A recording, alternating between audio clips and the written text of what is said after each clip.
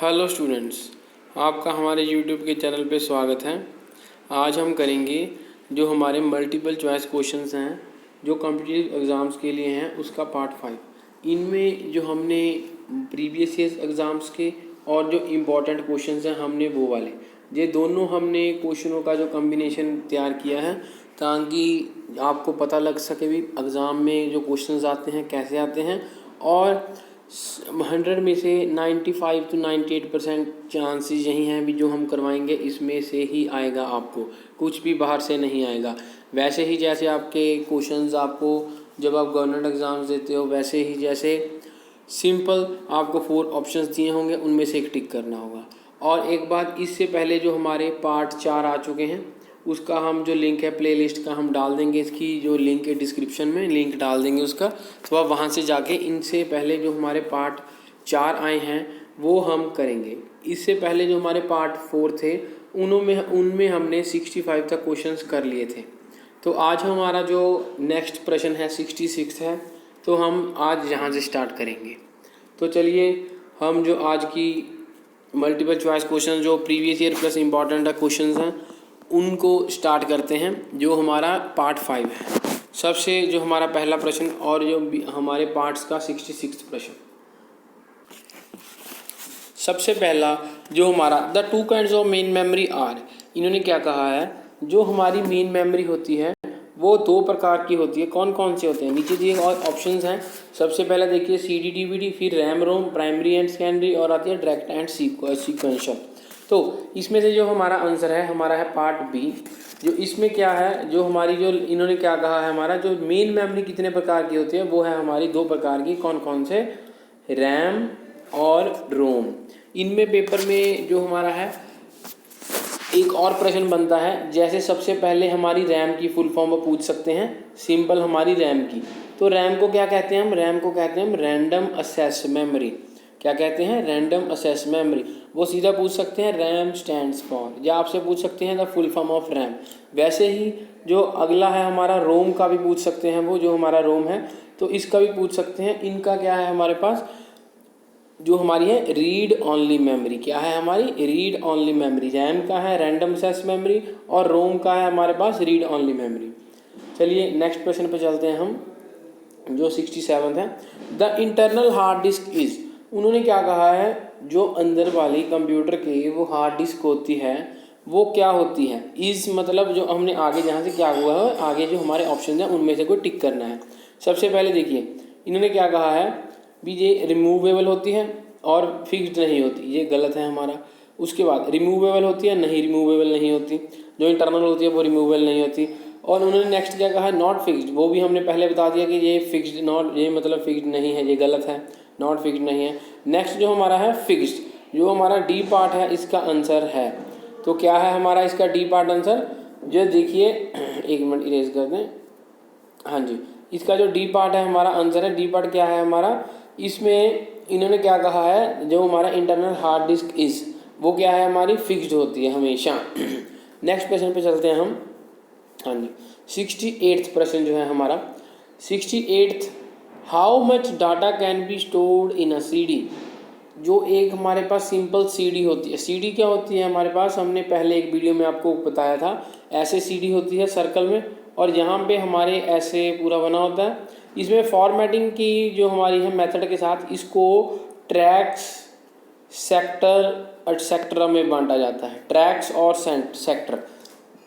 तो अगर आप इसको मान लीजिए हाथ में पकड़ के तो आप इसको हिलाओगे भी थोड़ा सा, जब मान लीजिए आप सिर्फ ऐसा थोड़ा सा टेढ़ा ही करोगे तो इसमें एक जो हमारी है चमकने जैसी कुछ चीज़ दिखेगी और उसमें ऐसे थोड़े थोड़े थोड़े थोड़े सर्कल ऐसे दिखेंगे और उनमें ऐसी लाइनें दिखेंगी, तो वो वहाँ पे ट्रैक्स एंड सेक्टर्स होते हैं। तो इन्होंने हमारा प्रश्न क्या था, कितना डाटा है जो CD में स्टोर किया जा सकता है? CD में हम जो हमारा डाटा है 700 MB स्टोर कर सकते हैं। क्या आंसर है इसका? B part 700 MB। अब और बात एक बात और, जैसे मान लीजिए और एक प्रश्न इनमें से बनता है, CD का पूरा नाम क्या है? CD का पूरा नाम है कम्पैक्ट डिस्क। क्या है? Compact disc. हम एक वीडियो भी लेके आएंगे जिसमें सिर्फ हम फुल फॉर्म्स के बारे में ही बताएंगे आपको, ताकि आपको अच्छे से क्लियर हो जाए और एग्ज़ाम्स आप अच्छे से अच्छा दे पाओ वहाँ पे। नेक्स्ट क्वेश्चन पे चलते हैं हम आगे। हाँ जी, which of the following is an output device. Output device नीचे दिए गए में से कौन सी है। अब इसमें पहले आपको ये पता होना चाहिए आंसर बताने से पहले भी जो हमारा है आउटपुट डिवाइस होती क्या है। आउटपुट डिवाइस वो होती है जिससे हमें कुछ रिजल्ट मिले, जहाँ हमें कुछ भी फॉर्म में सिंपल हमारे पास कुछ आउटपुट, जहाँ आप कह सकते हैं हमारे पास कोई नतीजा है। एग्जाम्पल के तौर पे जैसे हमारा एक प्रिंटर है, प्रिंटर में हम क्या करते हैं, कोई भी जो हम हार्ड कॉपी आउटपुट, जो मान लीजिए हम पेज पे लिखा हुआ कुछ भी प्रिंट आउट निकालते हैं उसे हार्ड कॉपी आउटपुट कहते हैं। तो जो भी हम निकालते हैं वो प्रिंटर की तरह से आता है। एक प्लॉटर होता है हमारा, प्लॉटर क्या है हमारे पास, प्लॉटर से क्या होता है, जैसे मान लीजिए बड़े बड़े कोई नक्शे तैयार करने हैं, मैप्स तैयार करने हैं, तो उनके लिए होता है ये। और हमारे पास होते हैं एक हेडफोन होते हैं, एक स्पीकर होते हैं, हेडफोन और स्पीकर। हेडफोन में क्या होता है हमारे पास आवाज़ आती है, और वही स्पीकर में क्या होता है हमारे पास, वो भी आवाज़ सुनती है। तो इसका जो हमारा प्रश्न का उत्तर है आपको पता लग गया होगा समझाने से ही। आउटपुट डिवाइसेस जो हमारी हैं, जहाँ से कीबोर्ड भी नहीं है, प्रिंटर है हमारा, स्पीकर भी है, और उसके बाद जो हमारा इसका जो आंसर बनेगा हमारा बोथ बी एंड सी। क्या बनेगा, बोथ बी एंड सी। इसका जो आंसर है प्रिंटर और हमारा स्पीकर दोनों ही है, क्योंकि दोनों ही हमें आउटपुट देते हैं। कौन से दोनों, एक हमारा है हमारे पास प्रिंटर, एक है हमारे पास स्पीकर। तो इसका आंसर क्या बनेगा हमारे पास, D part, both B and C. Next question पे चलते हैं हम। हाँ जी, इसमें क्या है हमारे पास, program stored in ROM is are called as. पहले हमने रोम का नाम पूरा बताया था, क्या था, रीड ओनली मेमोरी। तो इसमें जो भी प्रोग्राम स्टोर होते हैं उनको क्या कहा जाता है। इन्होंने हमारे पास प्रश्न क्या पूछा है, program stored in ROM are called as. जहाँ मान लीजिए उन्होंने क्या कहा है, जो भी रोम में जो प्रोग्राम स्टोर होते हैं, जहाँ जो भी हमने काम वगैरह किया है, वो जहाँ पे भी स्टोर होता है उसको हम क्या कहते हैं, या उसका अलग दूसरा नाम क्या है, उसका दूसरा नाम है फर्मवेयर। क्या है हमारा उसका दूसरा नाम, फर्मवेयर। ये है हमारा आंसर डी पार्ट। नेक्स्ट प्रश्न पे चलते हैं हम आपके, जो हमारा है 71वां प्रश्न। इसमें क्या है, analogue computer works on the supply of. जो एनालॉग कंप्यूटर है हमारे पास, वो कौन सी जो हमारी है, जो हमारी इलेक्ट्रिसिटी है, किस पे, या मान लीजिए कौन सी सप्लाई से काम करता है, या कौन सी सप्लाई पे काम करता है। तो हमारा इसका आंसर क्या है, कॉन्टीन्यूअस इलेक्ट्रिकल पल्सेस। ये किस पे काम करता है, ये इंपॉर्टेंट क्वेश्चन बनता है, क्योंकि ये बच्चे कंफ्यूज हो जाते हैं। एक हमारे पास सिग्नल होता है, इसमें आपने कंफ्यूज नहीं होना है। एक मिनट इरेज करके आपको समझा दें। हाँ जी, इस देखिए हमारे पास दो तरह का सिग्नल होता है, जहाँ हमारे पास दो तरह का जो हमारे पास सिग्नल जो इलेक्ट्रिसिटी का जा रहा होता है, कौन सा, एक होता है हमारे पास एनालॉग, एक होता है हमारे पास डिजिटल। इसमें हम कभी चर्चा करेंगे जब हमारा डिटेल में हमें पढ़ना होगा, तो क्योंकि इस पे नहीं तो टाइम बहुत जाएगा। अगर फिर भी आपने कुछ समझना हुआ तो कमेंट करके आप बता सकते हैं। तो आपने कंफ्यूज नहीं होना। एक होता है हमारे पास एनालॉग सिग्नल जो भी होता है, एक डिजिटल होता है। तो जहाँ पे एनालॉग कंप्यूटर की बात की गई है, तो हमने ये बताया ताकि वहाँ पे आप कंफ्यूज ना हो एग्जाम के समय। तो इन्होंने क्या कहा, analog computer works on the supply of, किसकी सप्लाई के साथ, जा सप्लाई के ऊपर जी हमारा है काम करता है, कौन सा कंप्यूटर, एनालॉग कंप्यूटर। इसका डी पार्ट है हमारा आंसर, जो हमने पहले बताया है, कॉन्टीन्यूस इलेक्ट्रिकल पल्सेस के साथ ये हमारा जो काम करता है, कौन करता है, एनालॉग कंप्यूटर। नेक्स्ट प्रश्न पे चलते हैं हम। हाँ जी, a device that transmits message in a verbal form. अच्छा जी, इसका देखिए सबसे पहले हमारा जो हिंदी में क्या बनता है इसका प्रश्न, कौन सी डिवाइस, या मान लीजिए नीचे की डिवाइस, या मान लीजिए सिंपल डिवाइस जो ट्रांसमिट करती है मैसेज वर्बल फॉर्म में, उसे हम क्या कहेंगे। अब नीचे देखिए सबसे पहले हमारा जो 72 प्रश्न है उसके जो पॉइंट्स हैं, ऑडियो रिस्पांस यूनिट, हमारा जो इसका आंसर है ए पार्ट है, किसमें करता है, audio response unit. Magnetic tape में नहीं करता, कार्ड पंच में नहीं करता, ऑडियो ट्रेल पे नहीं करता, सिंपल कहाँ पे करता है, ऑडियो जो हमारा है ऑडियो रिस्पांस आउट, क्या कहते हैं हम, ऑडियो रिस्पांस यूनिट। ठीक है। और एक बात और, जब मान लीजिए हमारे पास इन्होंने ऑडियो पूछा है, ऑडियो, अगर वीडियो या कुछ और आ जाए तो उसमें आंसर और होगा, ध्यान रखना है आपने। नेक्स्ट आता है हमारे पास जो प्रश्न है, EEPROM जो है हमारा, इसका पूरा नाम क्या है। मैंने आपको पहले भी बताया था क्या बताया था मैंने ऐसे बताया था भी अगर मान लीजिए हम हमसे पूछ लें अकेला, चाहे आपसे पूछ लें वो फुल फॉर्म, या पूछ लें वो हमसे स्टैंड्स फॉर, या पूछ लें इज कॉल्ड एज, तो सभी का सेम आंसर है। अगर शॉर्ट फॉर्म इसके पीछे दी हुई है तो इसका जो सेम आंसर सभी की फुल फॉर्म लिखनी है। अब यहाँ पे देखिए ई प्रोम की जो हमारी फुल फॉर्म है वो हमारी क्या है। ई प्रोम की जो हमारी फुल फॉर्म है वो है हमारा जहाँ से electrical programmable read only memory, क्या है electrical programmable read only memory, कौन सा है electrical programmable read only memory. एक और बात आप बहुत अच्छे से समझिए, ये जो हमारी टाइप है वो किसकी है, ये हमारी टाइप है रोम की। तो सवाल जहाँ पे आता है भी क्या रोम की सिर्फ एक ही प्रकार होती है, नहीं ये गलत है। रोम की जो मेमोरी है उसके कई प्रकार होते हैं। जैसे मान लीजिए हमारे पास पहला आता है हमारे पास सिंपल प्रोम, फिर आता है ई प्रोम, फिर उसके बाद आता है हमारे पास ई प्रोम। तो इतनी हमारी जो टाइप्स होती हैं ये हमारी, देखिए सबसे पहले जो रोम है वो क्या है हमारे पास, एक मिनट, हाँ जी। अब जहाँ देखिए यहाँ पे मैं रेड पेन से जो मैं मार्क करूँगा, जहाँ पे देखिए ROM read only memory, PROM programmable read only memory, E PROM erasable programmable read only memory. अगला क्या आ रहा है हमारे पास सिंपल ई जो हमारा है ई प्रोम में क्या था electrical erasable programmable read only memory. तो आपने ये ध्यान रखना है, कहीं भी कंफ्यूज नहीं होना है।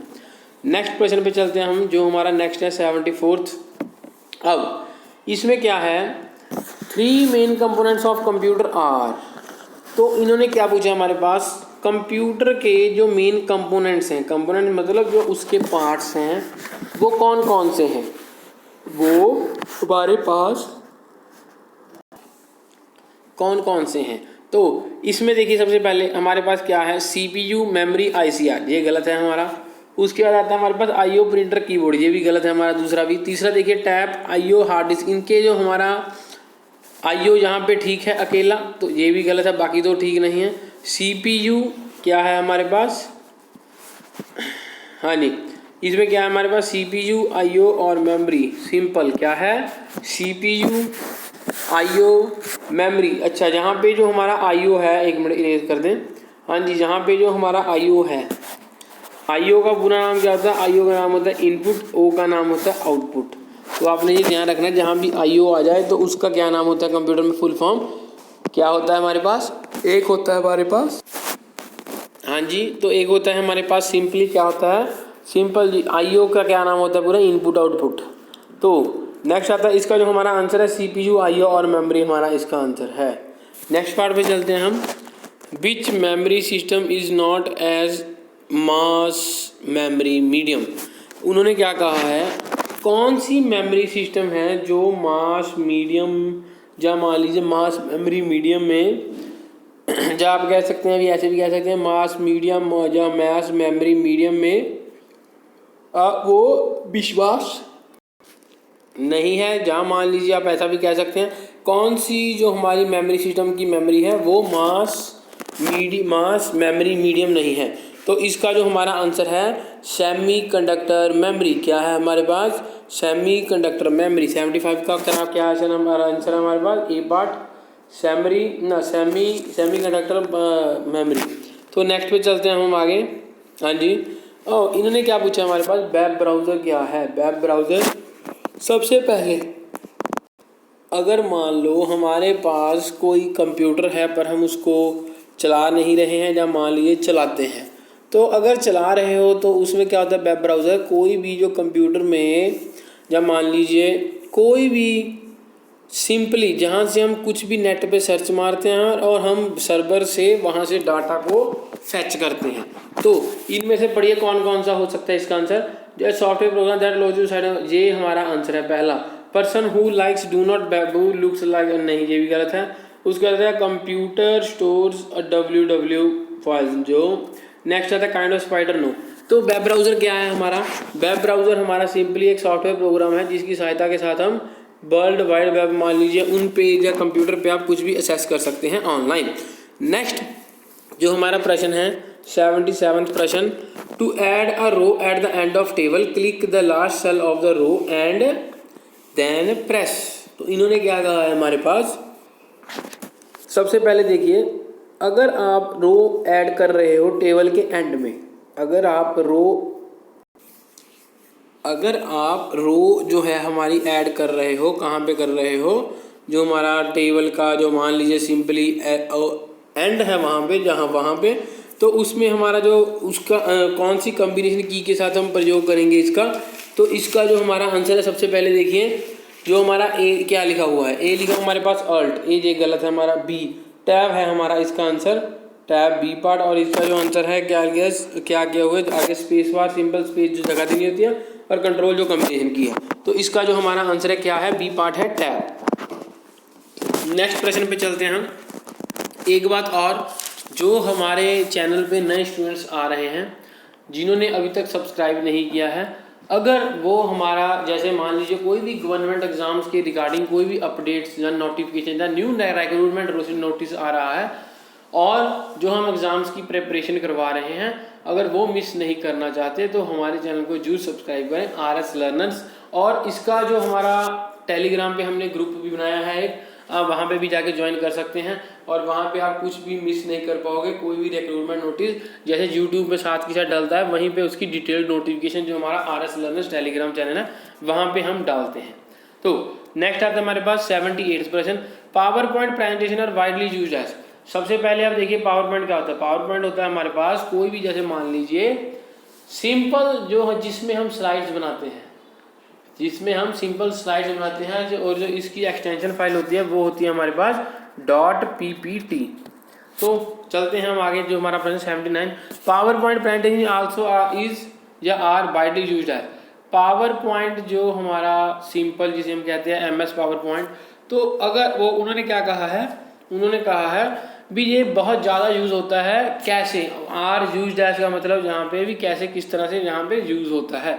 तो इसका जो आंसर है हमारे पास सिंपली ऑल का आंसर आएगा। क्या आएगा? ऑल का आंसर, डी पार्ट इसका आंसर है। कैसे? क्योंकि देखिए ज़रा ध्यान से, एक मिनट इरेज कर दें। हाँ जी, अब देखिए ध्यान से, जो कंप्यूटर बैकग्राउंड के स्टूडेंट से बच्चे हैं उनको तो सीधा ही क्लियर होगा, जिनको नहीं पता उनके बारे में हमारे जो MS ऑफिस के हैं, जो बाकी प्रोडक्ट्स हैं, तो आइए हम बताते हैं। सबसे पहला जो है हमारा पावर पॉइंट। पावर पॉइंट में हम क्या करते हैं, देखिए प्रेजेंटेशन बना सकते हैं, जैसे जो हमारा कम्युनिकेशन प्लानिंग जी भी बना सकते हैं। नेक्स्ट क्या है हमारे पास, जो भी टीचर्स की जो कोई भी पोस्टर निकली हैं तो हम वो भी वहाँ पे अपडेट कर देते हैं साथ के साथ, तो वो ये नहीं बता सकते। तो इसका जो आंसर है हमारा 78 का, वो है हमारा डी पार्ट। डी पार्ट देखिए जहाँ पे हमारा जो आंसर है ऑल आएगा। क्या आएगा? ऑल आएगा। नेक्स्ट आता है हमारे पास प्रश्न 79, to align left the select text the key is. वो क्या कह रहे हैं, टेक्स्ट को अलाइन में सिलेक्ट करने के लिए, लेफ्ट लाइन में सिलेक्ट करने के लिए हमें किसका प्रयोग करना होगा, जहाँ मान लीजिए कौन सी शॉर्टकट की का प्रयोग करना होगा। उसका आंसर है हमारे पास Ctrl+L का। किसका है? Ctrl+L का। एक बात यहाँ पे भी ध्यान रखनी है आपने, क्योंकि ये हमने सारे सेम लिखे हैं। जैसे मान लीजिए Ctrl+R क्या होता है हमारे पास, Ctrl+R होता है हमारे पास रीडू का ऑप्शन। Ctrl+L क्या होता है हमारे पास, जैसे मान लीजिए अभी हमने बताया। और उसके बाद आता है हमारे पास Ctrl+U के साथ क्या करते हैं हम, यहाँ पे अंडरलाइन कर सकते हैं कुछ भी जो हमारा डाटा है ना, कुछ भी है। आगे आता है Ctrl+J। जे के साथ क्या होता है हमारे पास, जस्टिफाई होता है। क्या होता है? जस्टिफाई टेक्स्ट को। और एक बात, जैसे मान लीजिए Ctrl+L हो गया हमारे पास, तो L जो है हमारा, इसमें भी वही सेम है। क्या सेम है? जैसे हमारा जो पीछे था, मैंने अभी आपको बताया था, जैसे Ctrl+R के साथ राइट जाते हैं, वैसे ही Ctrl+L के साथ हम कहाँ पे जाते हैं, लेफ्ट पे जाते हैं। कैसे? लेफ्ट पे। पर जो हमारा जहाँ पे आंसर है लेफ्ट में किसकी तरफ कर सकते हैं, वो है हमारा Ctrl+L जो हमारी बी है। और जो हमारे ये वाले हैं नीचे वाले, सभी का अलग अलग जो काम है, एक मिनट इरेज करके आपको समझा दें। हाँ जी, देखिए सभी का अलग अलग काम है। जैसे Ctrl+R ये टेक्स्ट की अलाइनमेंट से टेक्स्ट को ही राइट पे कर देता है, और L का मतलब लेफ्ट, ये लेफ्ट की तरफ कर देता है। U मतलब U, और ये U का मतलब अंडरलाइन कर देता है। और इसके बाद ये जो हमारा कोई भी ऑप्शन नोटिफिकेशन आ रहा है तो उसके बारे में, और जो हमारा है Ctrl+L के साथ राइट, कंट्रोल लेफ्ट के साथ जो हमारा L के साथ लेफ्ट, Ctrl+U के साथ अंडरलाइन किसी, जैसे मान लीजिए राम लिखा सिंपल अंडरलाइन। Ctrl+J के साथ क्या होता है हमारे पास, जस्टिफाई। क्या होता है? जस्टिफाई। तो आगे चलते हैं, हमारी जो नेक्स्ट स्लाइड है, हाँ जी, ये है हमारा आज का आखिरी क्वेश्चन जो वीडियो का है। इसमें क्या है, विच of the following is not applicable software. इन्होंने कहा है जो हमारे नीचे दिए गए सॉफ्टवेयर हैं सभी, तो नीचे दिए गए में से कौन सा जो हमारा परफेक्ट या मान लीजिए स्क्वेयर नहीं है। तो इसमें देखिए सबसे पहले जो हमारा आता है अडोब फोटोशॉप, ये हमारा सॉफ्टवेयर है, क्योंकि हम जैसे मान लीजिए कोई भी चेंजिंग कर रहे हैं तो हम अडोब की जरूरत पड़ती है। नेक्स्ट आता है हमारे पास विंडो 7। विंडो 7 जो है हमारा वो क्या नहीं है, सॉफ्टवेयर नहीं है। क्यों नहीं है, क्योंकि ये हमारा सिर्फ इंटरफेस होता है और कुछ नहीं होता। विंडोज को क्या कहते हैं हम, और इसका नाम ओएस मतलब ओएस ऑपरेटिंग सिस्टम। तो आपने ये ध्यान रखना है बहुत जब आप एग्जाम्स की तैयारी देने जाओगे। और जिन्होंने अभी तक जैसे मान लीजिए इसके पहले जो हमारे हैं पार्ट 4 आ चुके हैं, तो अगर वो देखना चाहते हैं हमारी प्लेलिस्ट में जाके देख सकते हैं। और जो इसका जो आखिरी का आंसर हमारे जैसे पहले बताया विंडोज 7 है, क्या है इसका आंसर, ये अकेला ऑपरेटिंग सिस्टम है। और इसका जो हमारी आखिरी बात, जो लोग अभी आए हैं या मान लीजिए स्टूडेंट्स जो कंटिन्यूसली देख रहे हैं, जिन्होंने अभी तक सब्सक्राइब नहीं किया है वो हमारे चैनल को जरूर सब्सक्राइब करें, ताकि आप कोई भी जो गवर्नमेंट जॉब्स के रिगार्डिंग नोटिस जो हम अपडेट करते हैं साथ के साथ, या कोई भी इन्फॉर्मेशन जहाँ आप मान लीजिए कोई भी एग्जाम्स की तैयारी कर रहे हैं, तो उसके लिए हमारे चैनल को जरूर सब्सक्राइब कीजिए और इस वीडियो को ज़्यादा से ज़्यादा शेयर कीजिए, ताकि कोई भी बच्चा, जहाँ मान लीजिए सिंपल एक ही बच्चा है, जहाँ कोई भी, सभी इसकी जो वीडियो को देख के अपने एग्ज़ाम्स की तैयारी कर सकें और अच्छे से कर सकें, ताकि एग्ज़ाम में इसको इम्प्लीमेंट करके वहाँ पे अच्छे नंबर ला सकें। क्योंकि जो हमारे गवर्नमेंट एग्ज़ाम्स हैं वो, और उनमें जो है हमारा टाइम बहुत कम होता है, तो उनके लिए वो अच्छी बात है जो हम जो वीडियो तैयार कर रहे हैं। और इससे पहले जो हमने जो रिक्रूटमेंट नोटिस हमने अपनी जो प्लेलिस्ट है पंजाब गवर्नमेंट एग्ज़ाम्स 2022 में वहाँ पे डाले हैं, आप वहाँ पे जाके चेक कर सकते हैं। सबसे आखिरी हमारे चैनल को जरूर सब्सक्राइब करें, ताकि आप कोई भी जो हमारी है नोटिफिकेशन, ऑफिशियली बेल नोटिफिकेशन भी दबा सकते हैं। कोई भी नोटिफिकेशन है आप उससे दूर ना रह पाएँ, आपको साथ के साथ मिल जाए, आप अपडेट हो जाए इसके साथ ही। और नेक्स्ट इस वीडियो को ज़्यादा से ज़्यादा शेयर कीजिए, ताकि जो भी बच्चे तैयारी कर रहे हैं जिनके पास कंप्यूटर के जो बहुत कम रिसोर्सेज हैं, तो जहाँ से देखिए वो अच्छे से तैयारी कर सकते हैं और अच्छे से अच्छे नंबर प्राप्त कर सकते हैं। वीडियो देखने के लिए धन्यवाद।